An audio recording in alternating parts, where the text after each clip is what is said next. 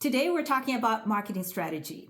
I find that this is the part that I enjoy the most, either in my business or even creating a strategy for one of my clients for their business. So I am excited to talk about this topic today. Let's jump right in. If you're a CEO and you're currently at the $3 million to $5 million annual revenue range, you're starting to see that word of mouth and referrals does not generate the kind of demand that you need in order to grow past that level. If you're going to try and break the $10 million ceiling, you need more than just sporadic deals and repeat buyers that come every once in a while. That kind of growth requires a steady stream of new business, bigger orders, and more consistent repeat buyers. And that's when, for most CEOs, they sit down and say, I need a real marketing strategy. I need something that is more than just networking, word of mouth, referrals, and every so often a repeat buyer. But what does a marketing strategy actually look like? One that actually drives results instead of just consuming money and resources and delivering nothing. And I've worked with dozens of CEOs, specifically in the building and construction materials industry, that want a good marketing strategy but do not know what to look for. And it's not your fault. Digital marketing has unleashed a tsunami of tools and platforms and unfamiliar technology that make it hard for you to discern between activities, between tactics, and an actual marketing strategy that drives results. And everywhere you turn, someone is claiming that their platform, their tactic, their process, their spreadsheet is going to produce the results that you want. So you know the result that you want, you don't know what a marketing strategy looks like, and you have all of this noise promising you the outcome, the end goal that you're looking for. And unfortunately, what happens to a lot of CEOs is that they buy a lot of stuff. They buy a lot of technology, a lot of platforms, a lot of consulting services, a lot of agency services. And at the end of the day, they've done so much, but they have nothing to show for it. They've spent so much, but then they have no results to show for it. And so before you spend another couple $1,000s on the next shiny object, let me help you get clear on what really matters. In this video, I'm going to show you what has been sold to you in the past as a marketing strategy that clearly isn't one. Then we'll look at what a marketing strategy actually is, which is surprisingly simple to recognize. And then how to make sure that the marketing strategy that you get is anchored in principles and not activities and technology. All right, let's look at the 6 things that have been sold to you as strategy that actually aren't. Number 1 is systems. Systems is not strategy. A client acquisition system is like a machine. You need inputs from your strategy in order for that machine to function like it should be and give you the outputs that you're expecting. A strategy tells you which machine to build and why. Running the wrong system efficiently just gets you to the wrong place faster. Number 2 is plans. A marketing plan is not a strategy. It is a to-do list. It is a checklist. A strategy is different. Strategy is knowing which battles to fight and which ones to avoid entirely. Number 3, goals. If someone is selling you the fact that they will be able to increase your revenue by 30% and that they will be able to get you to X number, or that they will be able to give you this rate of return or this rate of growth or this and that. All of these goals are just a wish if there is no strategy behind them. Strategy is how you will grow. Number 4, and my favorite one, is a funnel. A funnel is not a strategy. And this is so commonly sold, and you will hear this word so many times when you're talking to marketers or when you're listening to marketing content. A funnel is not a strategy. A funnel is plumbing. Strategy is what flows through it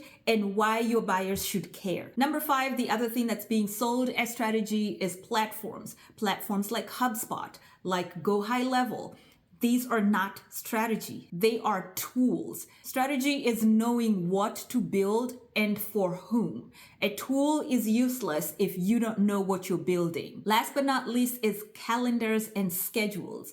These are not strategies. If you have a posting schedule or a content creation calendar or a spreadsheet that tells you what type of content to post when, that is not a marketing strategy. That is discipline.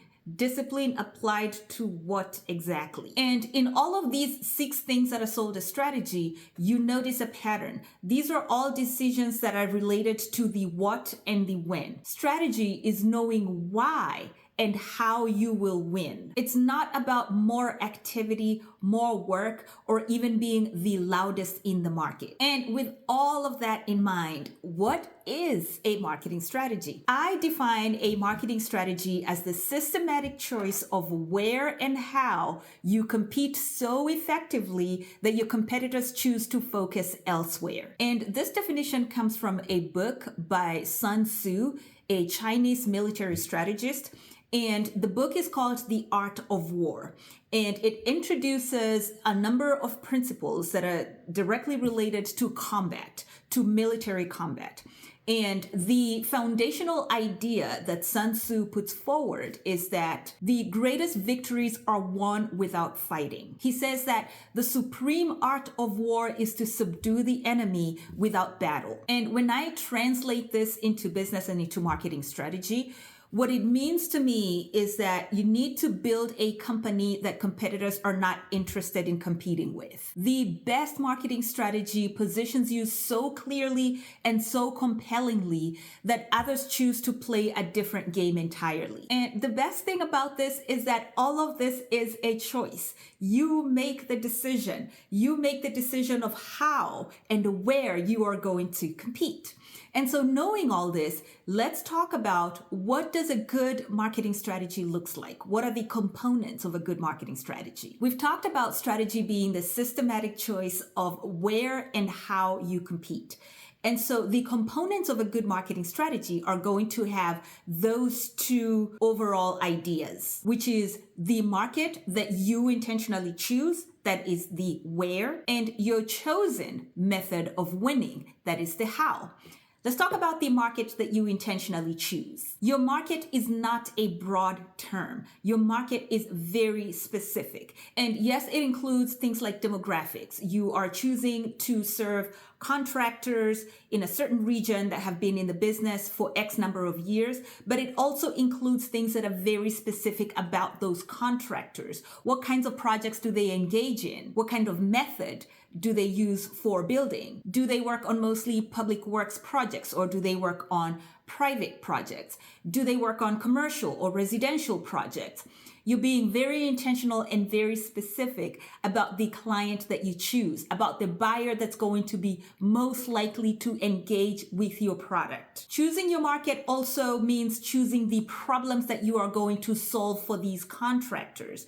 If you have chosen a general contractor that works on mid-sized commercial buildings, then you're going to be very specific about the problem that you solve for that contractor. And again, that's not going to be a general problem like time management or like software or convenience. It's going to be a very specific problem. The more specific you can be with the problems that you solve for your customers, the more they're going to raise their hand and say, yes, that product is for me, and I'm not interested in looking at other products. Along with the problems that you solve for your prospective buyer, what are the outcomes that you're promising with your product? So we solve this problem for them, and this is what they can expect to see, to feel, or to experience once the problem is solved. This is the outcome that they can expect. And all of these choices are going to be informed by the data that you've collected in your market research. Choosing your market carefully means picking a battleground where you already have the advantage. Now let's talk about your chosen method of winning. And this is where we talk about your positioning, your messaging, and your delivery model. Now, I believe that positioning is the single most important component in your marketing strategy. Positioning is how your product is perceived, categorized, and understood in your buyer's mind. What is your contextual advantage? What is your unique mechanism?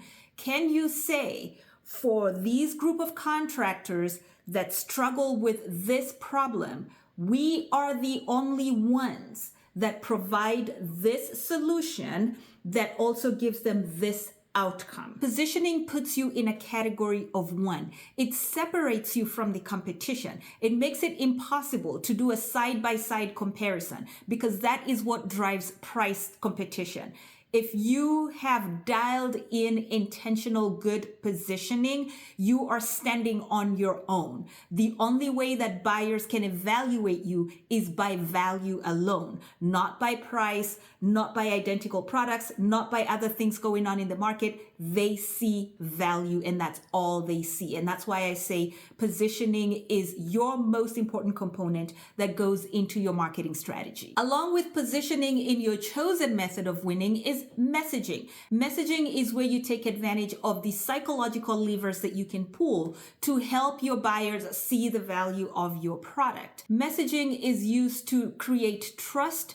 It is used to show authority and credibility, and it is used to channel the buyer's desire to solve a problem to your product as the best product that solves that problem. And so when you have good positioning and you have good messaging, that leads to sales, that leads to engagement. Good quality leads being attracted to your product. And then beyond your positioning and your messaging is your delivery mechanism. What kind of experience are you going to provide to your buyers when they engage with your business? This could be covered in a lot of things. It could be your service experience, your delivery experience, it could be a shopping experience, it could be the website experience. What kind of experience is going to be memorable for your clients so that they keep coming back to buy from your business? The experience in itself can also be your competitive advantage. It can also be part of your positioning because you can provide an experience that is so unique, so memorable, so unexpected that your buyers want to experience that over and over again. And that is what repels commoditization. That is what repels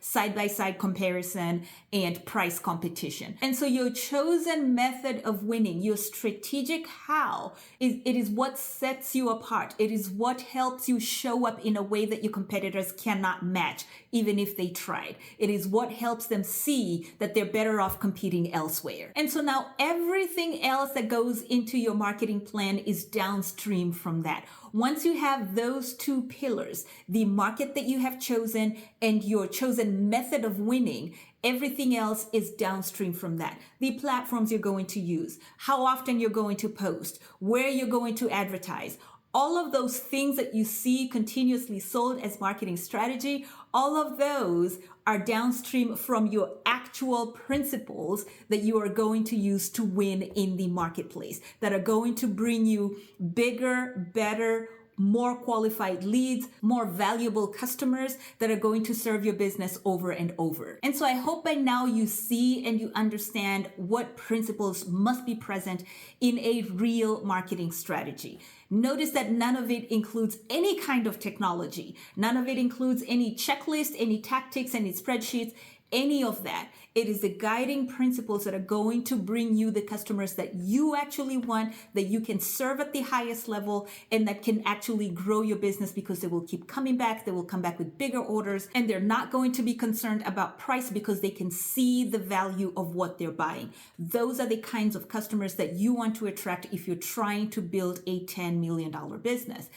Just in case you're still not clear of what to look for in a marketing strategy, here are some questions that you can ask of either the person that's selling you the strategy, or if you already have a strategy, to see if you have all of the components that you need. You can ask these questions and see if you get clear answers on them. The first one is, who specifically are we not serving? Strategy requires precision. You cannot serve everyone. You cannot be for all contractors. You cannot be for all developers. By choosing your desired market, that means some people, some customers, some segments are shut out.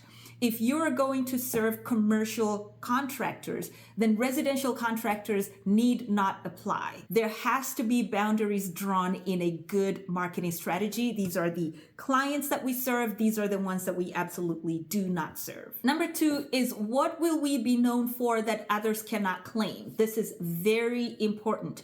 If you are claiming the usual things that people talk about, great quality, good customer service, we've been around for this amount of time, there's no point in doing that. Anyone can claim that.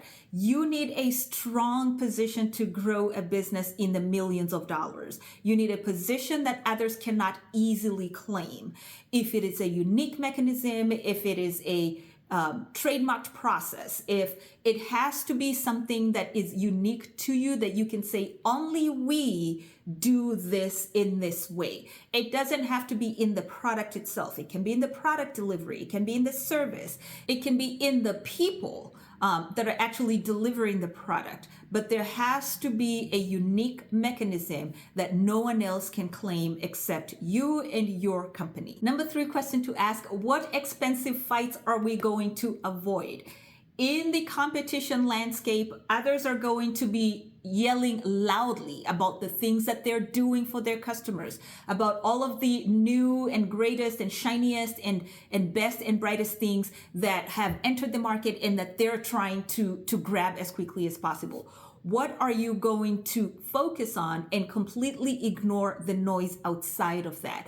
A good strategy knows what to focus on and what is not going to add any benefit or is not worth pursuing. Number 4 question is: what will we say no to even if it could make money? This is a very important question to ask because those opportunities are going to pop up and they're going to lead you down a path where you're chasing things and chasing tactics that may or may not work. If you have a good marketing strategy, it is going to lead you to a certain focus. If you want to pursue other opportunities, then they should be part of either a different product, a different marketing strategy, or a different business altogether. Strategy maintains focus. There will be opportunities that come up that look like good opportunities, but they may end up just being a distraction just because they make money. Your marketing strategy should be very focused on the things that will grow your business and to the goal that you're looking for. If you're trying to grow your business from $5 million to $10 million, your marketing strategy is going to know exactly how to get you there without necessarily chasing opportunities that look like they might get you there without having them in the strategy or without having a separate strategy to pursue other opportunities.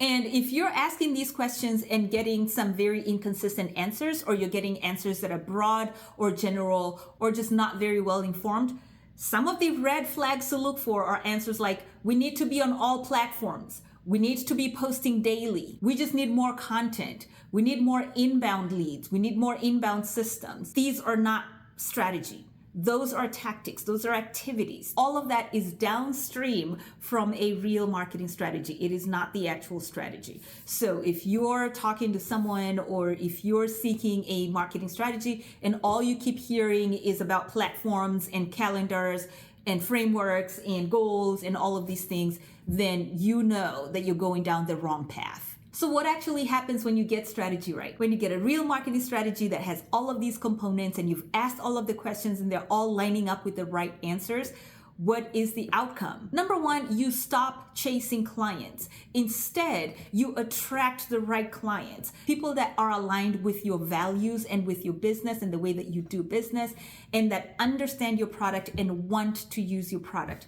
These people do not care about the price. They see the value and they're ready to do business with you over and over again. You don't have to keep chasing them. You don't have to keep calling them and texting them and going after them and following up. They know what they're getting and they're eager to do business with you. When you have a good marketing strategy, every tactic works better because it is informed and it is aligned with the goal that you set in the first place.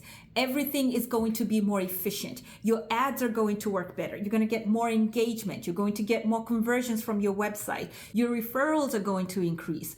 Good strategy is a multiplier. It amplifies all of the activities downstream. You're also going to be able to build a predictable pipeline of leads. You're no longer going to be running around trying to figure out where your next client is coming from. You're going to be able to see how many leads you have in the pipeline, which ones are engaged, which ones are in the sales process already. You're going to have leads that actually grow your business predictably and profitably. You also gain pricing power.